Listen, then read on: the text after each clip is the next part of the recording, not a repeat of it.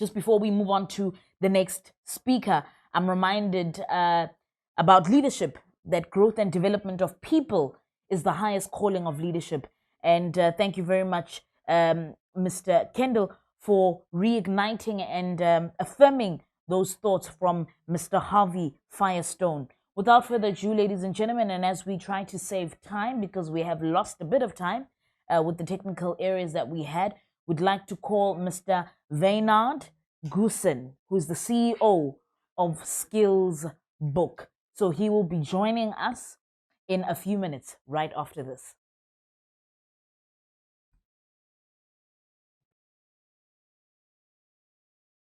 All right, so welcome everybody, and thank you for the opportunity to talk to you about Skills Book and my journey with the Technology Innovation Agency.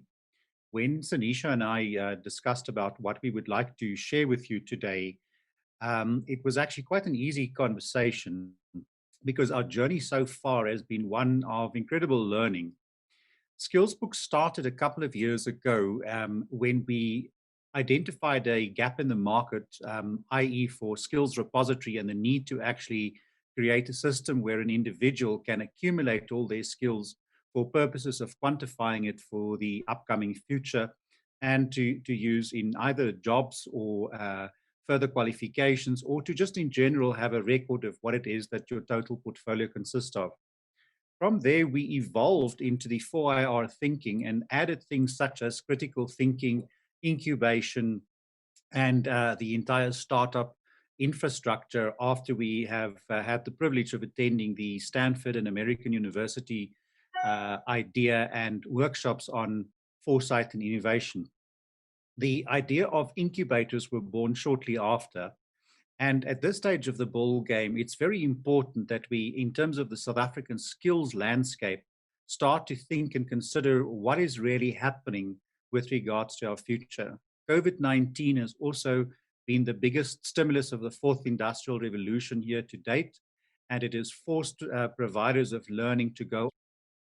About 2 years ago, I have felt that based on our research and feedback from our learners, we needed a more curated type of online learning system, which fits into an overall ecosystem of incubation. It doesn't help for us in South Africa to take young people that are unemployed, give them the skills to start a business, and then at the point where they start the business, withdraw our support. Our support should be continuous. Post this should really be engaged in a continuous professional development for young entrepreneurs.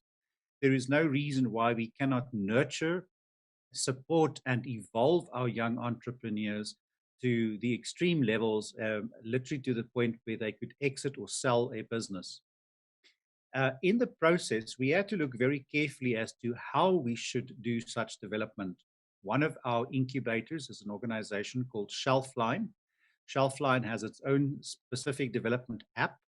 And what the Shelfline incubator does is it looks specifically at the route to market. Now, as you all know, there is a continuous debate about the fact that spaza shops, superettes, and small shops within the local neighborhoods and rural areas mostly belong to foreigners. And it is also true. Research will show and will prove, and we do have those numbers, that most of those shops actually do belong to foreigners.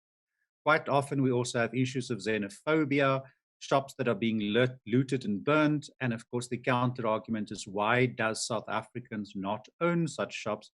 And why do they not get involved in the development of such spaza shops?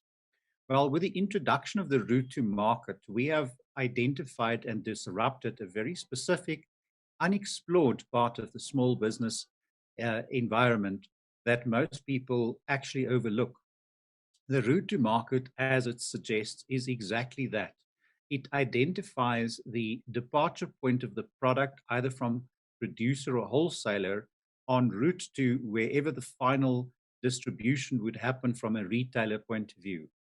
That route to market, as it stands in South Africa, is a situation whereby local people from their local villages, local towns, local neighborhoods can be capacitated to manage the flow of fast-moving consumables and goods from producers, wholesalers, to SMEs within such neighborhoods.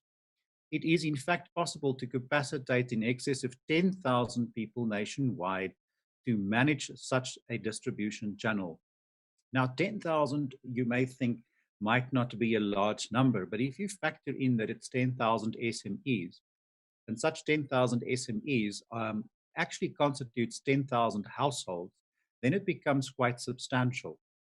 In this process, one can actually really look at perhaps a situation where at least 40,000 people's lives are touched from those families, not to mention the enhanced and improved value for the SMEs themselves, the retailers themselves, in terms of faster product, better quality product, and also in a lot of cases, better pricing for their products.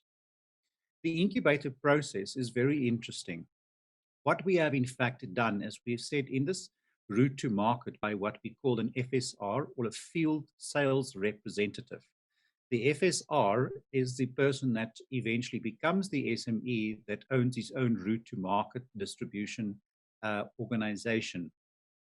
What we have proceeded to do next was to profile the role, the functionality, the requirements, and the competencies of the FSR, and came to the conclusion that what was needed was a portfolio of very specific skills. Again, back to the fourth industrial revolution, we introduced things such as critical thinking, which we have used before as well with the Technology Innovation Agency. In excess of 12,000 people has gone through our critical thinking, and our report back and absorption in the market has been extremely positive. In addition to critical thinking, we obviously also would need to have a strong dose of very specifically entrepreneurial skills. And for the entrepreneurial component, what we have decided to do is to use the new venture creation learnership to enable us to deliver the required skills. But that wasn't all. There are also a lot of other very specific problem-based skills that are being added.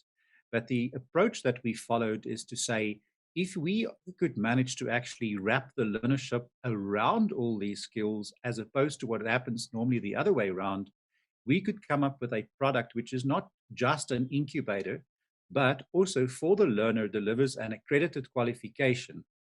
This accredited qualification has the opportunity then for funders to come on board. And this is where I really would like to invite Corporate South Africa to come and join us in our quest to develop and grow the route to market business. It is very much possible for corporates to join this process and sponsor a learner, and also at the end of the day, have a positive return on investment. With the current situation of tax rebates, ETI benefits, etc., a corporate participating in the process of route to market can invest as little as 78,000 Rand per person and have a return on investment of around about 92,000 Rand per person. In addition, all of this spend qualifies under skills development as BEE spend, and in certain cases, also very specifically under SED and ED spend within the BEE framework. So all in all, it is a situation which really benefits all the participants on board. Another thing that deserves to be mentioned about the route to market incubator is that it isn't just simply a one-year process. The first year is simply the capacitation to get the individual to the SME level of FSR. And in the second and third years, there are further programs that further capacitate the learner on a combination of CPD skills as well as further accredited programs, depending on the specific needs and the streams that the SME is on. Either way, in total, we present an opportunity which is a long-term solution, and as mentioned, could supply SME positions for at least 40,000 people or more. The most important thing to remember in terms of what we do is that our deeds should lead to what I would call economic emancipation. And by economic emancipation, I'm saying it doesn't really matter whether the person works for themselves or works for somebody else. At the end of the day, what matters is whether their deeds could lead to a reasonable, effective, and a respectable income to support both themselves as well as their families. Ladies and gentlemen, and I think that's round about my 10 minutes done. I thank you very much for your time and for listening to me. And I hope that we could count on your support and participation in the Route to Market Incubator in delivering an ecosystem that serves our country. Thank you very much. Gentlemen, those were sentiments and thoughts from Mr. Wynand Goosen, CEO of Skills Book. Thank you very much for quite a brief yet insightful and thought-provoking presentation. I enjoyed the specificity of what you said, where you looked into the importance of having a route to market incubator that looks into having an ecosystem that services our country. And you also reminded us of the need to have a portfolio of specific skills. Part of having a portfolio of specific skills is making sure that we have developmental technologies and developmental skills that address our needs. So thank you very much, Mr. Goosen, for sharing those thoughts. And we look forward to engaging with you further, particularly with the number of initiatives that the Skills Book is pursuing.